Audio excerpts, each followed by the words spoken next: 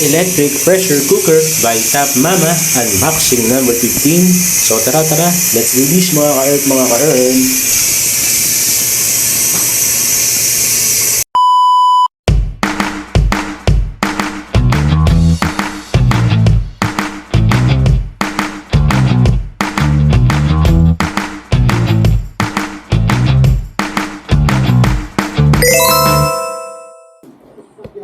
Hey, what's up mga ka-herb? It's me again, your ka-herb Berto. Welcome back to my channel, Virtue.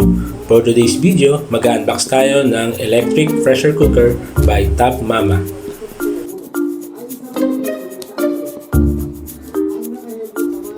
By the way mga ka-herb, nabili ko nga pala ito sa SM Bacoor, sa appliance center nila. Sale ko siya nakuha, kaya medyo malaki-laki rin yung na-discount ko. At I think mga 4,000 ata yung original price niya, tapos nakuha ko na lang siya ng mga 3,000 plus, or hindi naman umabot ng 3,500.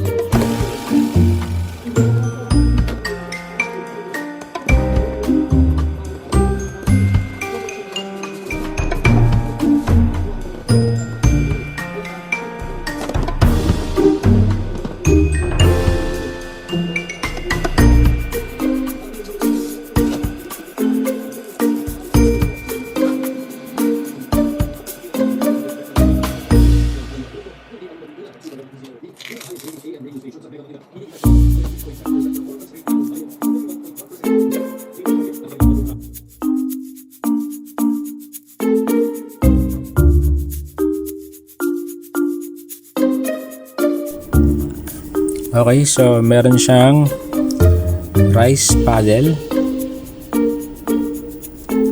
or yung sandok, tsaka meron siya measuring cup, pre-measuring cup na kasama.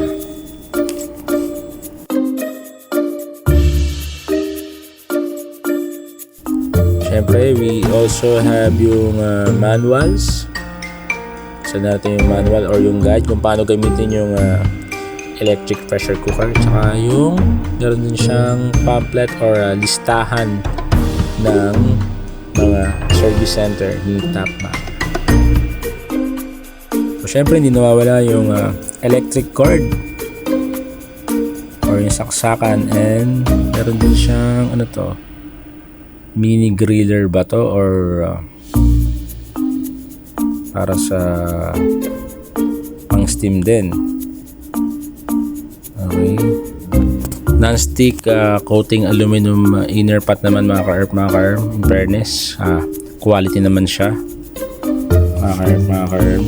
Yung nabilin natin na electric pressure cooker by Top Mama sa SM Bacoor, dun sa may appliance center nila.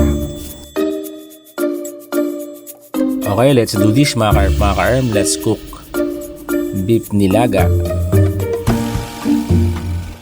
Test na natin kung talaga bang quality gumamit nito or lalambot talaga.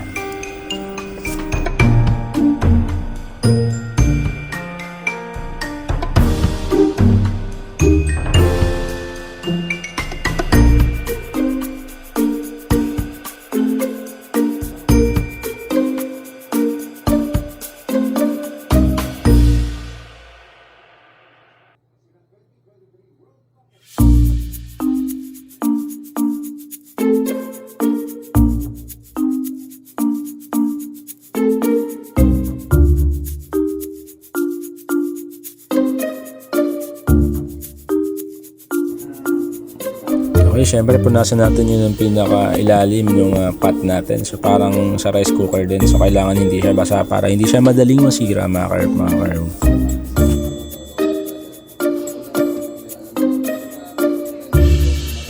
Okay, so close na natin. Be sure na nakalock siya mga ka-herb.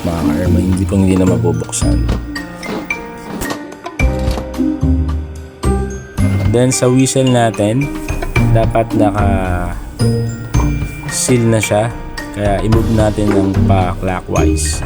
Seal means close, tapos yung bend yun yung open, yung pasisingawin na natin siya after ng kumulo. Naka-on na yung electric pressure cooker natin, so press lang natin yung pressure level, tapos iset natin yung time, and then yung sa function, piliin natin na naka meat stew siya dahil meat yung ating ipi-pressure cook.